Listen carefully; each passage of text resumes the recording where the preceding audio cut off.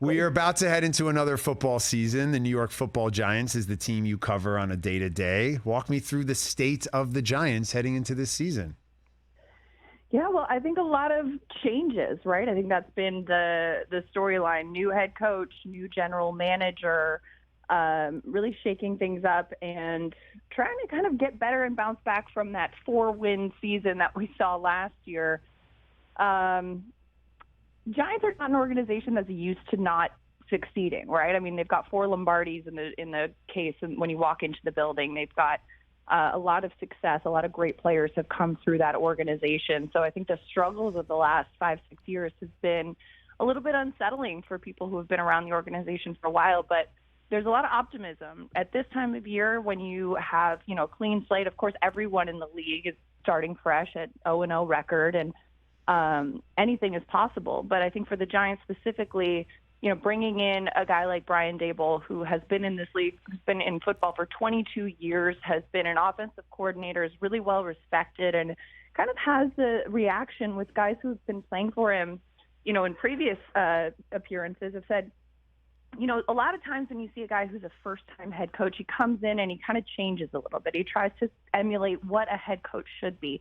But Brian Daboll, who is affectionately known as Dabes, John Feliciano, for example, said, Dabes is just more Dabes. He's just more of himself. He's very authentic. And I think that players are respecting that and are reacting positively to that. And, of course, it's only July. We've only seen some, OTAs and some mini camp. But with training camp just 2 weeks away, I'm excited to see what his imprint on this team is going to be.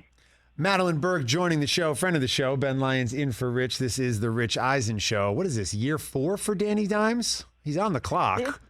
Yeah. I mean, year 4, this is his 3rd head coach. And, it's tough for a quarterback like Daniel Jones, right? I mean, usually you come into the league and as a rookie, your second year, you kind of get more familiar, so things move faster, right? The more familiar you are with something, the quicker it moves, the quicker you understand it.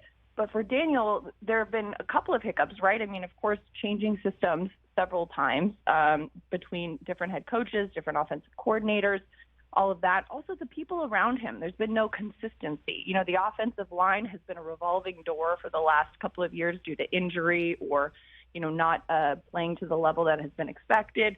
The wide receivers have been injured. The skill players have been in and out of the lineups, and that's been tough. When you are doing a job, especially the National Football League, a lot of it is timing and rhythm and understanding that the people around you are going to be doing their job the way you expect. And if you're getting used to one receiver in the X running at a certain speed and another one is in there, and it's like, who's playing in that spot now? And, with your offensive line blocking in different ways and figuring it all out, it's just been hard. There's been no consistency. So it's been hard for Daniel Jones to find that kind of equal playing field or what have you to develop, if you would. And I think the more consistency they can give him, the better opportunity there will be to see what kind of a player he actually is.